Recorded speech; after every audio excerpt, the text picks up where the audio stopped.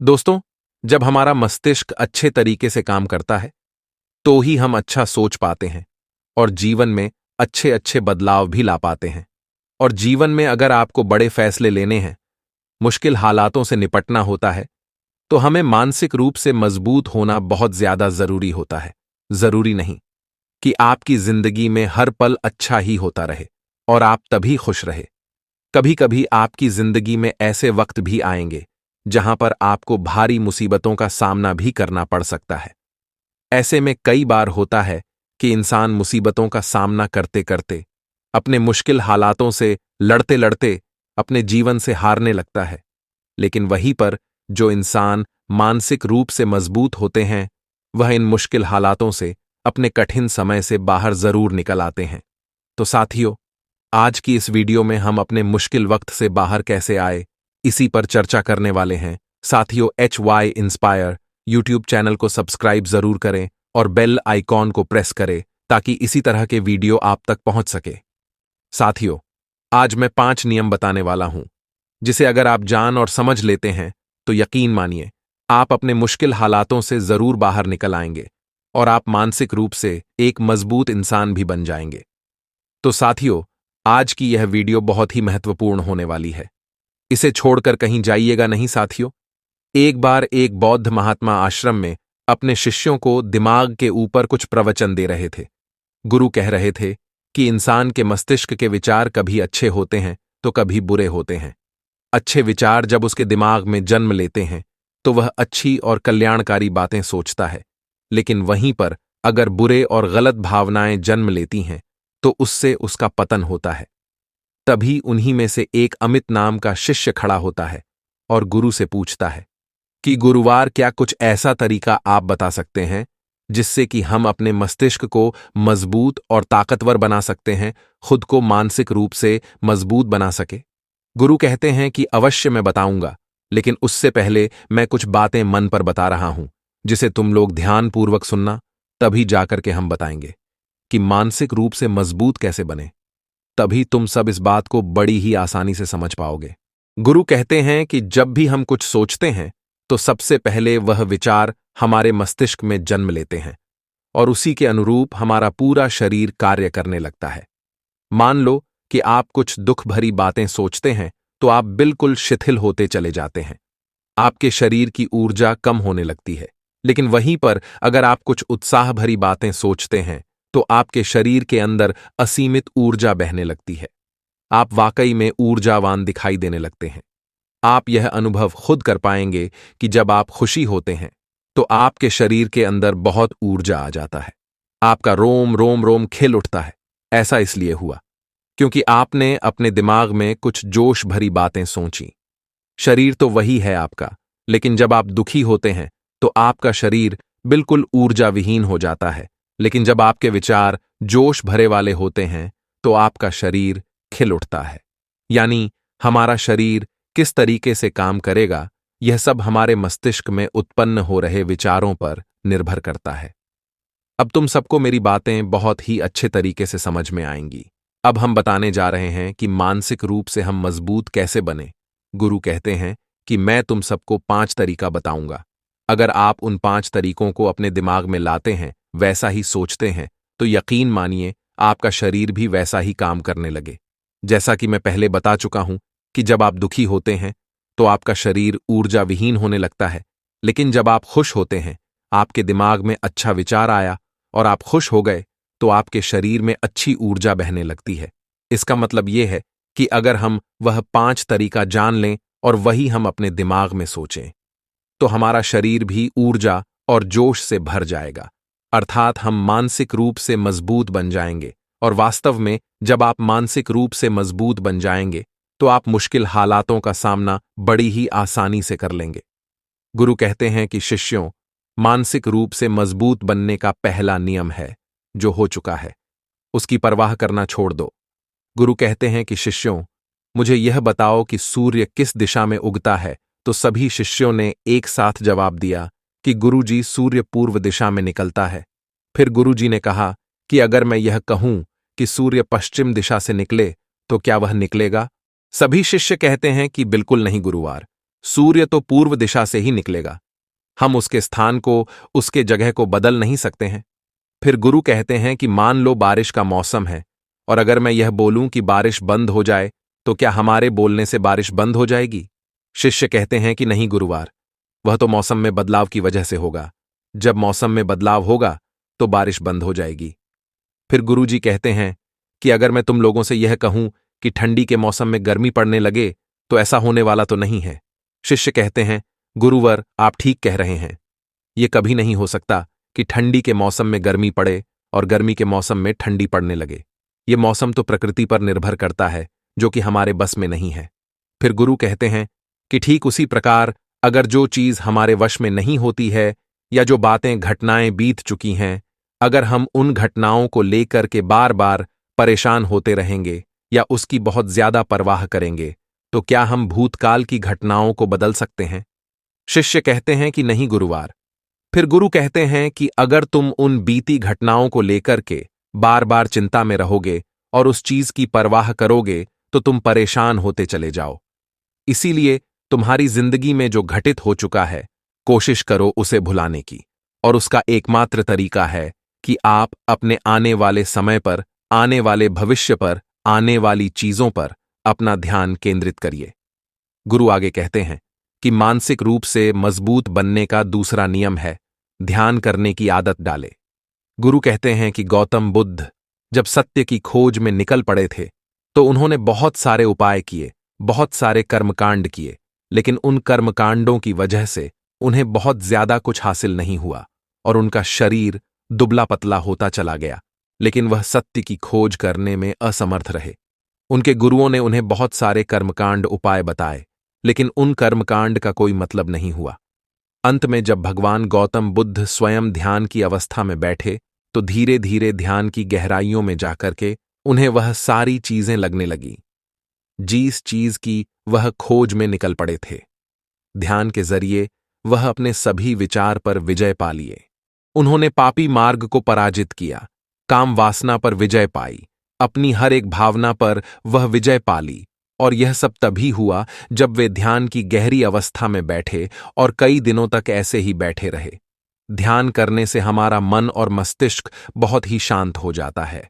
जैसे कि अगर हम किसी वस्तु पर या किसी के बारे में या किसी चीज के बारे में जब विचार करते हैं, तो हमारा पूरा ध्यान उसी पर केंद्रित रहता है। हमारा दिमाग ज्यादा इधर उधर भागता नहीं है और हम चीजों को बहुत ही अच्छे तरीके से समझ पाते हैं। ध्यान ही एक ऐसा तरीका है जो आपको हर तरीके से आपके दिमाग को मजबूत बनाता है। बौद्ध भिक्षु अगर किसी बात पर ज्यादा जोर देते हैं, तो वह ध्यान की प्रक्रिया पर ध्यान में कई घंटे तक बैठे रहते हैं, जिससे उनका दिमाग बहुत ही शांत रहता है, उनका मन बहुत ही शांत रहता है, और जिसका मन शांत रहता है वही किसी भी चीज पर अच्छी तरह अच्छी तरीके से विचार कर सकता है। अर्थात वह मन और मस्तिष्क दोनों से मजबूत होता चला जाता है। ध्यान करने से आपकी सारी वासनाएं आपके नियंत्रण में रहेंगी। आप अपनी इच्छा अनुसार अपनी वासना को अपने वश में किए रहेंगे। गुरु आगे कहते हैं कि मानसिक रूप से मजबूत बनने का तीसरा नियम है बहुत ज्यादा किसी से उम्मीद मत रखना। गुरु ने कहा कि तुम सब अपनी मर्जी से जन्म लिए हो, अपनी मर्जी से ही गर्भ का चुनाव किए हो, लेकिन इंसान जन्म लेने के बाद वह यह सब भूल जाता है कि उसे क्या करना है, क्या नहीं, वह किस लिए जन्म लिया था, और जन्म लेने के बाद वह तमाम तरह की वासनाओं से ग्रसित हो जाता है। इस संसार की मोह माया में वह बहुत ज्यादा परेशान हो जाता है। वह खुद को जान ही नहीं पाता, वह खुद को भूल जाता है, और यही वजह रहती है कि वह तरह तरह के लोगों से अपनी बहुत ज्यादा उम्मीदें लगा बैठता है। उम्मीदें दुख का कारण बनती है। जिस भी व्यक्ति वस्तु से आपकी उम्मीदें ज्यादा बढ़ जाएंगी, आने वाले समय में सबसे ज्यादा दुख आपको उसी से मिलने वाला है, क्योंकि उम्मीद जहां पर होती है दुख भी वहीं पर होता है, क्योंकि आप किसी से बहुत ज्यादा उम्मीद लगा लिए और वह व्यक्ति आपकी उम्मीदों पर खरा नहीं उतरा, तो सबसे ज्यादा दुख आपको उसी से होने वाला है। क्योंकि जब उम्मीद टूटती है तो दुख बहुत ज्यादा होता है। इसलिए इस संसारिक, इस भौतिक जीवन में और बहुत ज्यादा मोह किसी भी व्यक्ति से मत करना। तभी एक शिष्य उठ खड़ा होता है और कहता है कि हे गुरुवर, हम बिना उम्मीद से, बिना आशा से कैसे जी सकते हैं? हम सबके मन में रहता है कि मुझे यह चीज करनी है, मुझे वह चीज करनी है, मुझे जीवन में ऊंचाइयों को हासिल करना है। बिना उम्मीद के तो हम लोग जीवन में आगे बढ़ ही नहीं सकते। गुरु ने कहा कि कुछ पाने की लालसा, कुछ बड़ा बनने की लालसा जीवन में जरूर आपको ऊंचाइयों तक ले जाएगी। कुछ बड़ा बनने के लिए लालसा खुद से होती है, ना कि किसी व्यक्ति वस्तु विशेष से। मैं यहां पर लोगों के बारे में बात कर रहा हूं कि अगर तुम ये सोचो कि मेरा दोस्त मेरे साथ हमेशा खड़ा रहेगा या मेरे लिए मेरे साथ हमेशा खड़ा रहेगा, या आप जो सोचे वह सामने वाला इंसान आपके लिए वैसा करे, तो ये सभी चीजें बहुत ज्यादा उम्मीद और मोह को बढ़ावा देती है। बहुत ज्यादा उम्मीद किसी से मत रखना।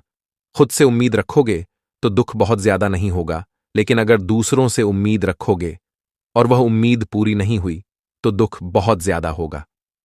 कई बार होता है कि माता पिता जो अपने जीवन में हासिल नहीं कर पाए, वह चाहते हैं कि वह चीज उनके बच्चे हासिल करें। वह सारा भार अपने बच्चों पर लाद देते हैं। बच्चे उनके हिसाब से चले, वह उनकी उम्मीदों को पूरा करें। उन्होंने जो अपने जीवन में हासिल नहीं कर पाए, वह काम अब उनके बच्चे करें। और लगभग लगभग इस समय तो सभी के माता पिता यही कह रहे हैं। बहुत कम लोग होते हैं जो अपने बच्चों को आजाद रखते हैं। मेरी सभी से गुजारिश है कि अपनी उम्मीदों का पहाड़ अपने बच्चों पर न थोपे। गुरु कहते हैं कि मानसिक रूप से मजबूत होने का चौथा नियम है कि पहली बार में ही किसी काम में फैल होने से डरो मत।